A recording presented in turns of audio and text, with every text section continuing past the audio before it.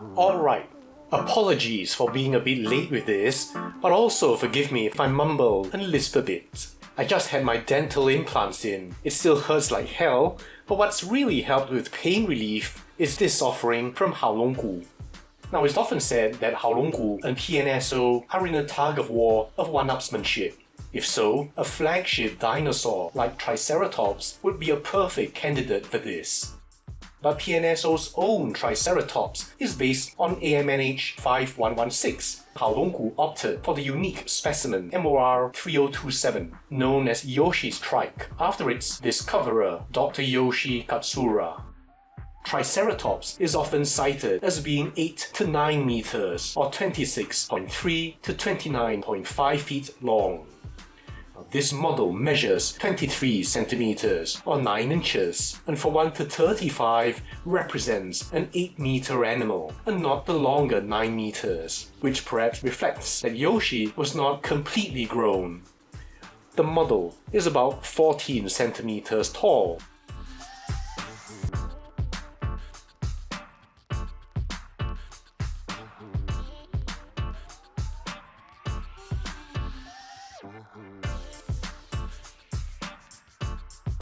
The pose this time has a more dynamic quality, with the head raised as if preparing for a challenge, or maybe just sniffing the air.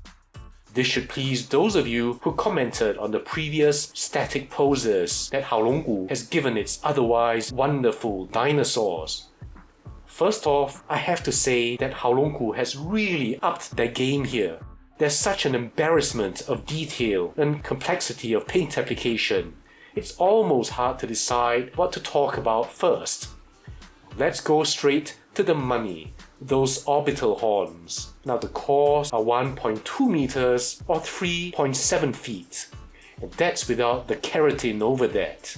As Dr. Mark Whitten has written, the actual morphology of the horns is uncertain. I sure hope it's not curly like this, but the idea does allow for a lot of interpretation. And here in the trike, you'll see that the horns indeed take the center stage, and Haolonggood has rendered them impressively. The color fades are well executed, but there's more. Stippling, which adds a speckled effect, enhancing the texture, which includes visible furrows and pits, more than what you'd see in other models. And for a specimen that's most famous for one feature, I want to see that feature elevated and celebrated, and Haolonggood has done just that.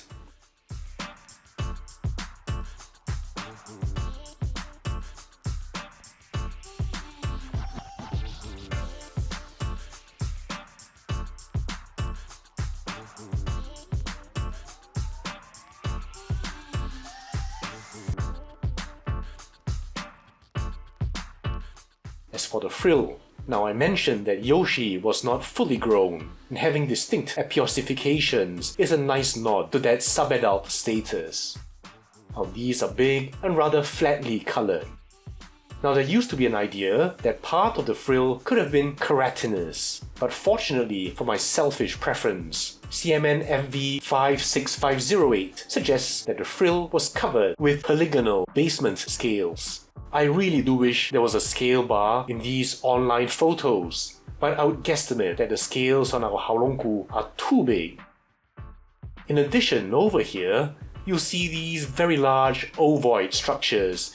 They seem like massive scales and look really strange to me. They look almost like some outgrowths, some agglomeration of scales, perhaps even an osteodermal plate or some other keratinous feature. Haolonggood has rendered scales far more minute than this. Or maybe there's new research I've missed on this, so let me know in the comments. Now what's cool though, is if you look around and down, you'll see just how much finer the scales get. And here the squamosals are more medium. Then over the jugals and down, they get to small and even fine. There's just so much textural variety. You'll see the paint application here in the squamosal, the blues in the maxillary and jugal areas. with a mix of fades and speckles over the maxilla. Then a note on the eyes, where you can see that they look a lot less cartoony than we've seen in other Haolonggus. So I'd say they've leveled up in every area possible. And while the frill escaped a full keratinous treatment, Haolonggu has decided to still have a bit of that right here, over the prefrontal area. And of course, it's different strokes for different folks, but for me, it's the only thing I don't like about it. It's an interesting look, of course, and with a very nice color. You see the nose horn with its own paint treatment, contrasting with the look in the beak with its own keratin. There are subtle fades as well as infusions of colors, such as in the red or the pink over the nares.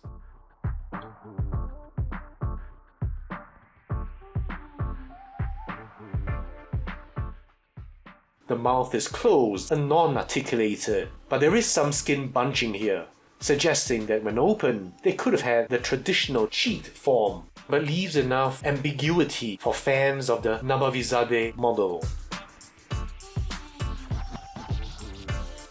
And as for the body, we don't actually have large parts of Yoshi. In fact, look at the mount of Yoshi at the Museum of the Rockies, which very honestly shows you what we have, and what was reconstructed in white. Really nice when displays are honest like this. Anyway, much of Yoshi is reconstructed based on other Triceratops specimens. Here, you have what I'd consider pretty typical. It's got that very stocky, bulky look, and everything about him says muscle. I think the proportions are captured very beautifully. Now the skin of Triceratops we have some idea of from the lame specimen. And here, Haolonggu has captured that very nicely. No complaints about the larger scales here, since that is what's suggested from the impressions we have. In some of these larger scales, we also see that nippling that's now well known. You'll see a mix of more conservative colors, mainly grey tones, but with a mix of yellow ones. I like the presence of some blue here as well. The interlocking mosaic form of the polygonal scales is very pleasing indeed. As large as these scales are, there's still regional variety. You see from the neck area down,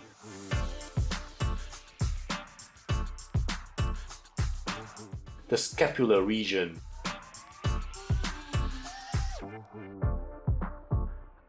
Then down the arm.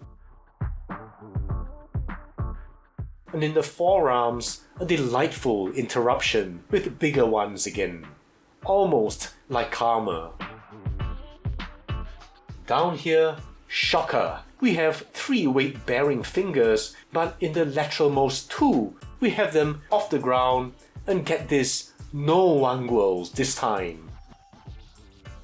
Here's something really insane. If you look here, even the dorsum of these small lateral toes have differentiated scutes. They've actually bothered to create a different morphology in this one small area.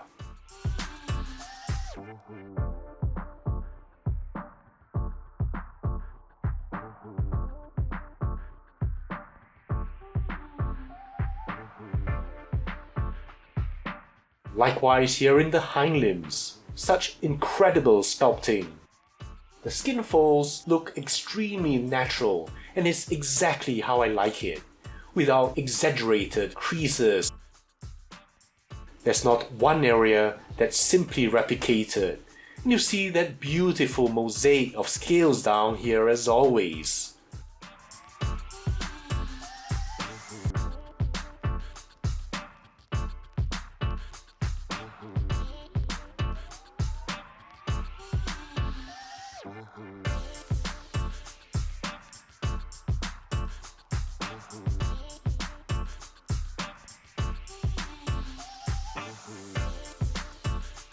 Now the tail.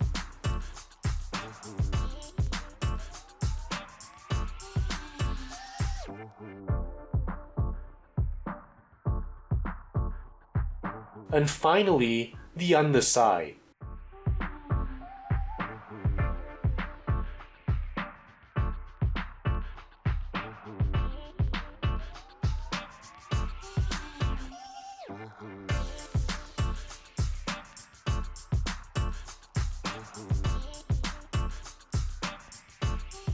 Now, some comparisons. We have to look at the PNSO Triceratops. And in contrast to the heads-up position of our Haolonggood, it's heads down. The more placid look is actually what I really like about it. And I think that these two make a very complementary pair as the flagship ceratopsians from each of the two top Chinese companies. Now we have to look at the other Yoshi Triceratops, this painted eofauna. As you can see, the eofauna is significantly smaller, but in both, those enormous brow horns are nicely captured.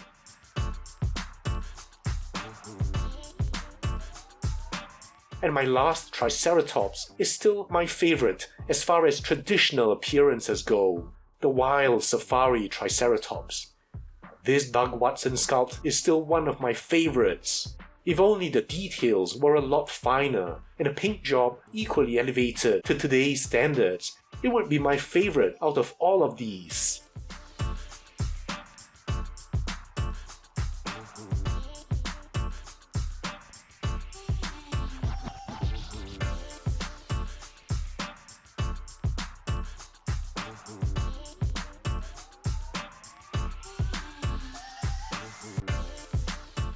Finally, our size comparators, the PNSO T-Rex Wilson